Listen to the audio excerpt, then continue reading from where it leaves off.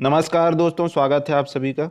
सीजीटीटी की परीक्षा होने वाली है जिसके संबंध में हिंदी विषय से विभिन्न प्रश्न पूछे जाते हैं और ऑलरेडी इस पे कुछ वीडियो बन चुका है और सीजीटीटी से संबंधित अन्य वीडियो पहले से ही पिछले वर्षों में जो पूछा गया था 2019 में हुआ था तब का भी वीडियो अपलोडेड है, प्रैक्टिस सेट अपलोडेड है, उसे भी देख सकते हैं। एक नंबर का भी वहाँ से आपका बन जाता है उस वजह से, तो उसको सफल ही माना जाएगा क्योंकि एक एक नंबर महत्वपूर्ण होता है। तो आज हम देखते हैं कि समास में किस तरह के प्रश्न पूछे जा सकते हैं और समास में आपको पढ़ना क्या है, समझना क्या है। तो चलिए देखते हैं। समास शब्द दो शब्द सम, संक्षिप्त एवं आस कथन शब्द के मेल से बना है, जिसका अर्थ है संक्षिप्त कथन या शब्द। संक्षिप्त कथन या संक्षिप्त शब्द। समास प्रक्रिया में शब्दों का संक्षिप्तीकरण किया जाता है। समास दो अथवा दो से अधिक शब्दों से मिलकर बने हुए नए सार्थक शब्द को समास कहते हैं। ध्यान दीजिए, यहाँ पे सार्थक लिखा है, मतलब उस शब्द या उस वाक्य का एक अर्थ होना चाहिए, सही अर्थ। समस्त पद समासिक पद, तो समास के नियमों से बना शब्द समस्त पद या समासिक पद कहलाता है। समास विग्रह, जैसे संधि होता है फिर संधि विच्छेद होता है, वैसे ही समास और समास विग्रह दोनों चीजें होती हैं। समस्त पद के सभी पदों को अलग अलग किए जाने की प्रक्रिया समास विग्रह या व्यास कहलाती है। जैसे नील कमल का विग्रह नीला है जो कमल, अथवा चौराहा का विग्रह है चार राहों का समूह।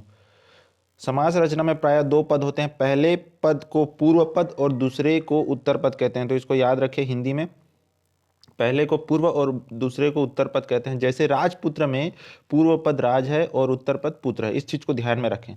समास प्रक्रिया में पदों के बीच की विभक्तियां लुप्त हो जाती हैं, जैसे राजा का पुत्र राजपुत्र, यहाँ का विभक्ति लुप्त हो गई है। इसके अलावा कई शब्दों में कुछ विकार भी आ जाता है, जैसे कांट की पुतली कठपुतली, कांट के का क बन जाना, घोड़े का सवार घुड़सवार, घोड़े के घो का घू बन जाना। तो इस तरह के भी होते हैं।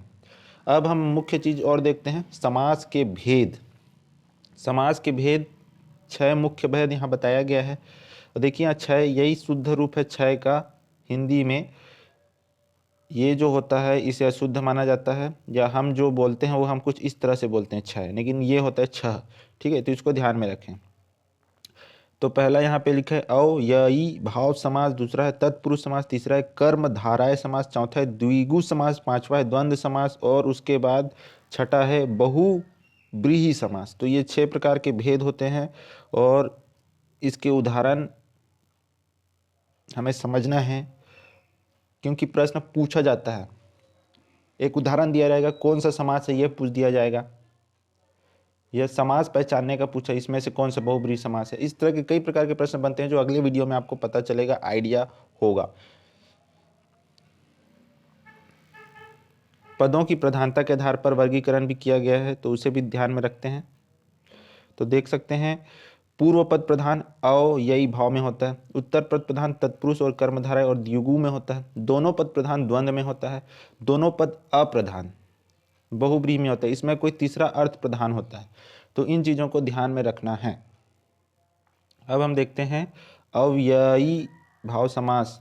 जिस समास का पहला पद, इसको मैं पहले ही बोला था कि याद रखना पूर्व पद क्या है उत्तर पद क्या है। तो पहला पद मतलब पूर्व पद अव्यय तथा प्रधान हो, उसे अव्ययी भाव समास कहते हैं। जैसे पहला पद अनु, आ, प्रति, भर, यथा, यावत, हर आदि होता है। ये कुछ उदाहरण है, कुछ पहचान है, इससे अलग भी हो सकता है। अब हम उदाहरण से भी समझते हैं ताकि अंदाजा हो सके किस तरह का होता है। तो यहाँ पे देखो, पहला पद जो है प्रति है, आ है, यथा, अनु, भर, प्रति और यही प्रधान है। उत्तर पद यहाँ दिन, जन्म, संभव, रूप, पेट, फूल, आदि। तो इसका समस्त पद क्या हो जाएगा, प्रतिदिन, आ जन्म, यथा संभव, अनुरूप, भर पेट, प्रतिकूल, हाथों हाथ। तो ये जो प्रथम पद है ये अव्यय है और यही प्रधान है। तो ये पहचानने का तरीका होता है। और जब इसका विग्रह किया जाता है तो कुछ इस तरह हो जाता है, प्रत्येक दिन, जन्म से लेकर, जैसा संभव, रूप के योग्य, पेट भर के, इच्छा के विरुद्ध, हाथ ही हाथ में।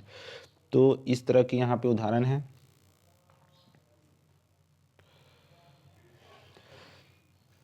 दूसरा है तत्पुरुष समास। जिस समास में बाद का अथवा उत्तर पद प्रधान होता है, उत्तर पद है ना बाद वाला, तथा दोनों पदों के बीच का कारक चिन्ह लुप्त हो जाता है उसे तत्पुरुष समास कहते हैं। जैसे राजा का कुमार राजकुमार, धर्म का ग्रंथ धर्म ग्रंथ, रचना को करने वाला रचनाकार। तो यहाँ पे का जो है और का जो है और यहाँ पे को करने, ये सब कारक चिन्ह जो हैं, कारक चिन्ह का है और ये को है, तो ये क्या है, लुप्त हो जाता है। और इसमें जो है बाद वाला पद प्रधान होता है। बाद वाला पद कौन सा है, ये करने वाला, तो बाद का पद जो है वो प्रधान होता है। तो इस तरह के उदाहरण है। कुछ और इसमें चीज़ें हैं जिसे जानना बहुत जरूरी है। अब तत्पुरुष समास के भी भेद होते हैं और अक्सर हिंदी में तत्पुरुष समास के भेद से भी प्रश्न पूछ लिए जाते हैं। जैसे संधि में स्वर संधि के भी भेद होते हैं, वहाँ से अक्सर प्रश्न पूछे जाते हैं। तो तत्पुरुष के अंतर्गत और उसके कई भेद होते हैं। विभक्तियों के नामों के अनुसार 6 भेद हैं। कर्म तत्पुरुष, इसमें कर्म कारक की विभक्ति को का लोप हो जाता है। ठीक है, कर्म कारक की विभक्ति को का लोप हो जाता है। जैसे गगन को चुमने वाला, यश को प्राप्त, चिड़ियों को मारने वाला, ग्राम को गया हुआ, रथ को चलाने वाला, जेब को कतरने वाला, गगन चुंबी, यश प्राप्त, चिड़ी मार, ग्राम गत, रथ चालक, जेब कतरा। तो यहाँ पे जो को का है वो है लोप होता है। तो ये कर्म तत्पुरुष का उदाहरण होता है। अब इसमें दूसरा देखते हैं। दूसरा है करण तत्पुरुष। करण तत्पुरुष में कारक चिन्ह से के द्वारा का लोप होता है। जैसे करुणा से पूर्ण, भय से आकुल, रेखा से अंकित, शोक से ग्रस्त, मद से आधा, मन से चाहा। करुणा पूर्ण, भयाकुल, रेखांकित, शोकग्रस्त, मदांध, मन चाहा। तो यहाँ पे या तो से या के द्वारा का लोप होता है, तो इसको बोलते हैं करण तत्पुरुष। और ये महत्वपूर्ण है, तत्पुरुष के जो भेद हैं वहाँ से प्रश्न पूछे जाते हैं। उसके बाद है संप्रदान तत्पुरुष। तो संप्रदान तत्पुरुष में कारक चिन्ह के लिए का लोप होता है। जैसे प्रयोग के लिए शाला, प्रयोगशाला, स्नान के लिए घर, स्नानाघर, यज्ञ के लिए शाला, यज्ञशाला, गौ के लिए शाला, गौशाला। इस तरह के लिए कारक चिन्ह का लोप होता है, तो उसको संप्रदान तत्पुरुष का उदाहरण माना जाता है। उसके बाद है अपादान तत्पुरुष। अपादान तत्पुरुष में से अलग होने का भाव वाला से का लोप होता है। जैसे धन से हीन, धनहीन, पथ से भ्रष्ट, पथभ्रष्ट, ऋण से मुक्त, ऋण मुक्त, गुण से हीन, गुणहीन। इस तरह के उदाहरण होते हैं। यहाँ पे भी से का लोप होता है, लेकिन ये जो से है वो अलग होने का भाव दिखाता है, तो इसको ध्यान में रखना है। उसके बाद है संबंध तत्पुरुष।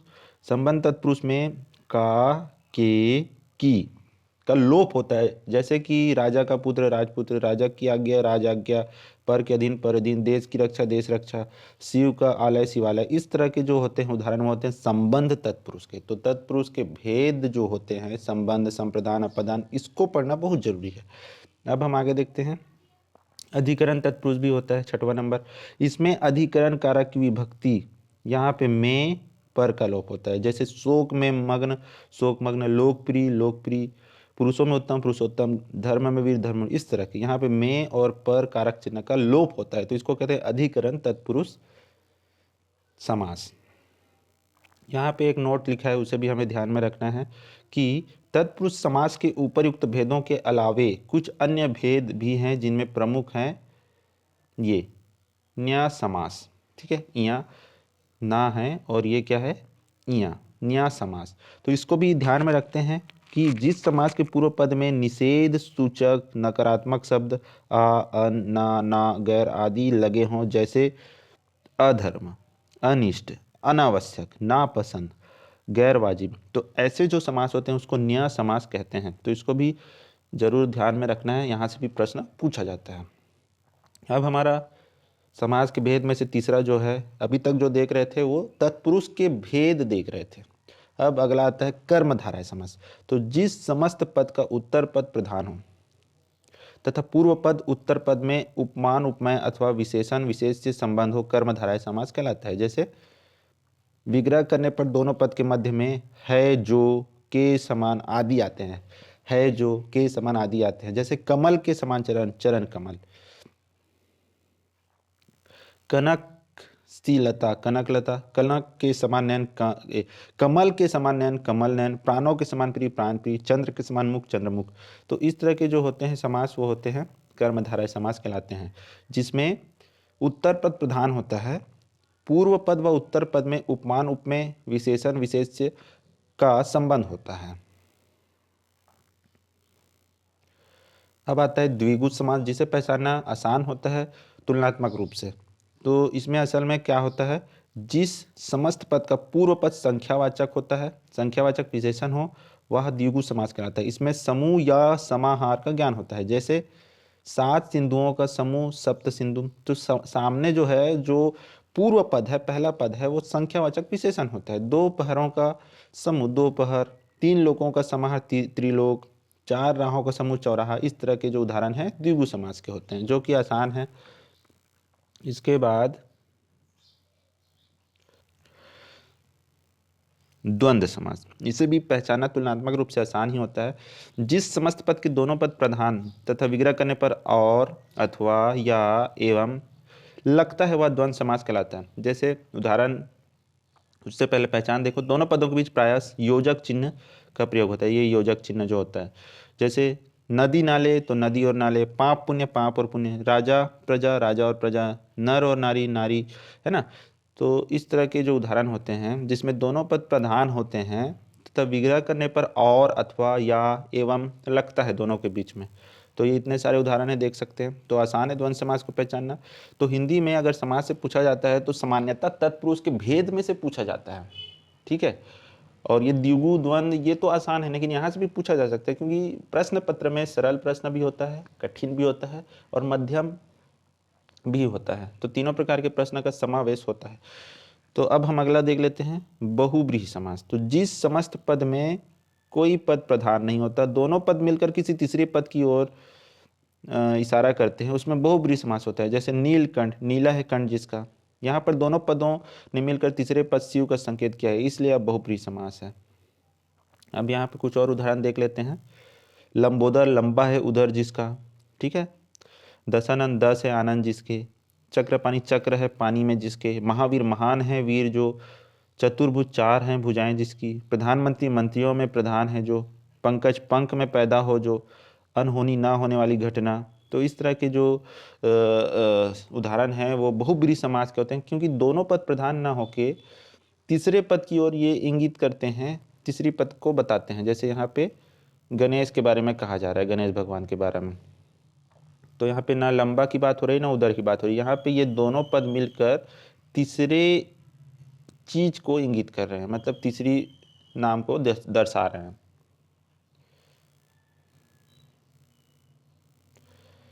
अब थोड़ा सा कंफ्यूजन होता है कर्मधारय और बहुब्रीहि समास में, तो इस दोनों में जो अंतर है उसको समझना भी बहुत ही जरूरी है।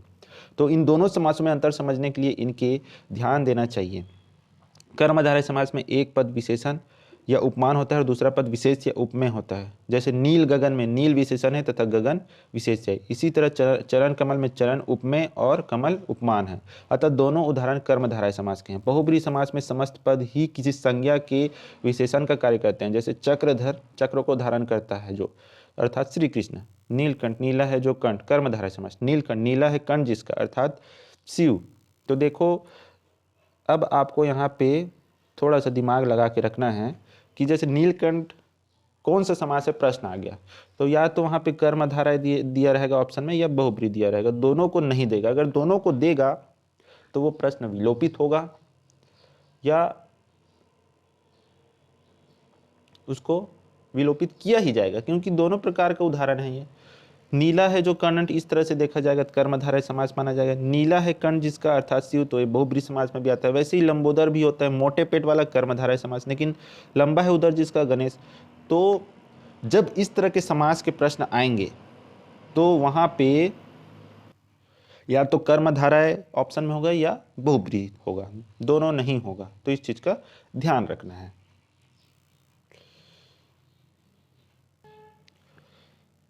इसी प्रकार हमको द्विगु और बहुब्रीहि में भी अंतर कुछ समझना है, ताकि कंफ्यूजन ना हो सही विकल्प चुनते वक्त। तो द्विगु और बहुब्रीहि समास में भी अंतर हम समझ लेते हैं। द्विगु समास का पहला पद संख्यावाचक विशेषण होता है और दूसरा पद विशेष होता है, जबकि बहुब्रीहि समास में समस्त पद ही विशेषण का कार्य करता है। जैसे चतुर्भुज, 4 भुजाओं का समूह द्विगु समास हो गया, लेकिन चतुर्भुज, 4 हैं भुजाएं जिसकी, अर्थात विष्णु, बहुब्रीहि समास। इसी प्रकार पंचवटी, 5 वटों का समाहार, द्विगु समास। 5 वटों से घिरा एक निश्चित स्थल, अर्थात दंडकारण्य में स्थित एक वह स्थान जहाँ वनवासी राम ने सीता और लक्ष्मण के साथ निवास किया, बहुब्रीहि समास। तो देखिए पंचवटी कौन सा समास है पूछा प्रश्न में, और द्विगु समास भी दे दिया, बहुब्रीहि समास दे दिया, तो दोनों उत्तर ही सही हैं, तो वो प्रश्न विलोपित होगा। तो वो अगर पंचवटी समास पूछेगा तो या तो द्विगु समास को ऑप्शन में देगा या बहुब्रीहि समास को देगा। अगर बहुब्रीहि समास को दिया है तो वो आपका सही आंसर है, अगर द्विगु समास को दिया है तो वो सही आंसर है। इसी प्रकार दशनन भी है, उसे भी हम देख सकते हैं। 10 आननों का समूह द्विगु समास है, लेकिन 10 आनन है जिसके अर्थात रावण बहुब्रीहि समास है। तो दोनों समास में आता है ये शब्द, इसको ध्यान में रखना है। दोस्तों इस तरह के वीडियो आपके लिए आते रहे, इसलिए इस चैनल को आप जरूर लाल कलर का जो सब्सक्राइब बटन है, सब्सक्राइब, इसे जरूर दबाइए दोस्तों। उसके बाद एक बेल आइकन दिखता है, उससे जरूर दबाइए। इससे ये होगा कि आपको वीडियोस के नोटिफिकेशन मिलते रहेंगे और समय पे आप वीडियोस देख पाएंगे और इसका फ़ायदा उठा पाएंगे। दोस्तों फेसबुक, व्हाट्सएप, टेलीग्राम और जहां हो सके इस वीडियो को शेयर कीजिए और लाइक ज़रूर कीजिए दोस्तों, ताकि आपके लिए नए नए वीडियो आते रहें और आपके लिए महत्वपूर्ण जानकारियाँ आते रहें। ऐसी छोटी छोटी बातें और कई तरह की बातें कोई नहीं बताता, भले वो आपका दोस्त होने का दावा करे, ये आपको ऐसी चीज़ें बताने का दावा करें, लेकिन कई चीज़ें हैं जो नहीं बताते, सब छुपा के रखते हैं। तो वैसी जानकारियाँ यहाँ आपको ज़रूर मिलेंगी और नीचे कमेंट बॉक्स में वहाँ अपनी बातें, डाउट आप लिख सकते हैं। अब द्विगु और कर्मधारय में भी थोड़ा अंतर समझ लेते हैं, क्योंकि कर्मधारय बहुब्रीहि देखा, द्विगु बहुब्रीहि देखा, तो द्विगु और कर्मधारय को भी समझना जरूरी है। तो द्विगु का पहला पद हमेशा संख्यावाचक विशेषण होता है जो दूसरे पद की गिनती बताता है, जबकि कर्मधारय का एक पद विशेषण होने पर भी संख्यावाचक कभी नहीं होता। द्विगु का पहला पद ही विशेषण बनकर प्रयोग में आता है, जबकि कर्मधारय में कोई भी पद दूसरे पद का विशेषण हो सकता है। तो कर्मधारय में उत्तर पूर्व कोई फिक्स नहीं है कि उत्तर ही विशेषण होगा, पूर्व ही विशेषण होगा, दोनों में से कोई भी विशेषण हो सकता है। किसमें? कर्मधारय में। तो उदाहरण भी देख लो, नवरत्न, नवरत्नों का समूह द्विगु समास, चतुर्वर्ण, 4 वर्णों का समूह द्विगु समास, पुरुषोत्तम, पुरुषों में जो है उत्तम, कर्मधारय, रक्तोत्पल, रक्त है जो उत्पल, कर्मधारय। तो ये होता है दोस्तों। अब ये भी समझना हमको जरूरी है कि संधि और समास में अंतर क्या है, क्योंकि यहाँ से भी प्रश्न पूछ लिया जाता है। हिंदी मतलब सिर्फ बहुब्रीहि समास, संधि, सिर्फ ये नहीं, कई थ्योरी के प्रश्न भी प्रश्न पत्र में पूछे जाते हैं। तो देखो, अर्थ की दृष्टि से यद्यपि दोनों शब्द समान हैं, अर्थात दोनों का अर्थ मेल ही है, तथापि फिर भी दोनों में कुछ भिन्नताएं हैं जो निम्नलिखित हैं। संधि वर्णों का मेल है और समास शब्दों का मेल है। संधि क्या है? वर्णों का मेल है और समास शब्दों का मेल है। संधि में वर्णों के योग से वर्ण परिवर्तन भी होता है, जबकि समास में ऐसा नहीं होता। समास में बहुत से पदों के बीच के कारक चिन्हों का अथवा समुच्चय बोधकों का लोप हो जाता है। जैसे विद्या धनालय विद्यालय संधि है, राजा का पुत्र राजा पुत्र, तो यहाँ पे का लोप हो गया, तो ये समास है। लेकिन संधि में ऐसा नहीं होता।